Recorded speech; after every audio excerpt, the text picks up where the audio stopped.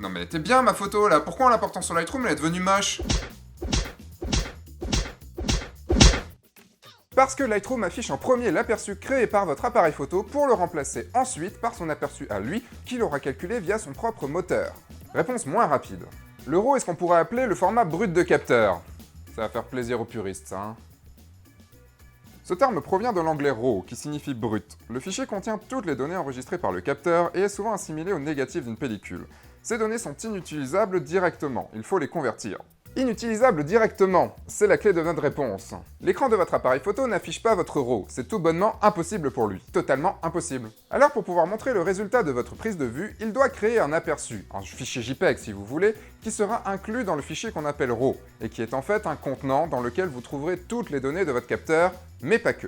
Vous savez, tous les fichiers CR2, NEF, DNG, etc., etc. C'est comme une pochette surprise avec plein de goodies à l'intérieur. On y trouve les données brutes du capteur, comme je viens de vous dire, mais aussi les métadonnées, le fameux aperçu qui nous intéresse, et d'autres informations secrètes pour que l'État suive tous nos faits et gestes. Donc l'écran de votre appareil photo affiche cet aperçu JPEG, et ce n'est déjà plus le résultat brut du capteur. Désolé les puristes. Surtout si de votre côté, vous avez réglé le style d'image sur des paramètres de colorimétrie différents, comme imaginons monochrome pour moi. Oui, ce n'est pas parce que mon appareil photo affiche du noir et blanc qu'il a shooté en noir et blanc. Le RAW, c'est forcément de la couleur. Bon, vous arrivez chez vous et vous chargez les photos dans Lightroom. Vous voyez les vignettes apparaître, tout se passe bien, elles sont comme sur votre appareil photo. Mais d'un coup, c'est le drame, la photo devient toute moche. Et vous n'avez maintenant plus qu'à galérer pour retrouver les valeurs d'origine. Alors non, je vous arrête tout de suite, Lightroom n'a pas été créé par de méchants développeurs qui ne veulent que vous voir pleurer. Ouais, ils sont gentils en vrai.